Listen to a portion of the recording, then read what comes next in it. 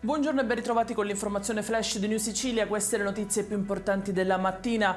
In apertura i nuovi aggiornamenti sulla strage di Altavilla. Ieri la figlia 17enne, unica superstite, ha raccontato le modalità con cui la madre e i due fratelli sono stati uccisi. La ragazza ha confermato di avere partecipato attivamente ai 3 omicidi insieme al padre Giovanni Barreca. Sui cadaveri delle 3 vittime intanto oggi sarà eseguita l'autopsia.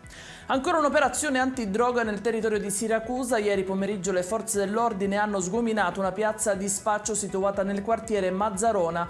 L'area era protetta da un sofisticato sistema di videosorveglianza e da un cane molosso come guardia. Sequestrati diversi grammi di droga, 11 candelotti di esplosivo e arrestati 3 spacciatori. Nuovi sbarchi nell'isola di Lampedusa. Durante la notte 52 migranti sono giunti direttamente al molo Madonnina. I militari li hanno bloccati e hanno sequestrato il barcone di 10 metri partito giovedì scorso dalla Libia. Un mercoledì delle ceneri finito male a Castelvetrano, nel Trapanese, dove nella chiesa San Francesco diversi bambini del catechismo sono rimasti ustionati dalla cenere calda messa in fronte loro col segno della croce. I piccoli e anche alcuni adulti hanno dovuto far ricorso alle cure del pronto soccorso.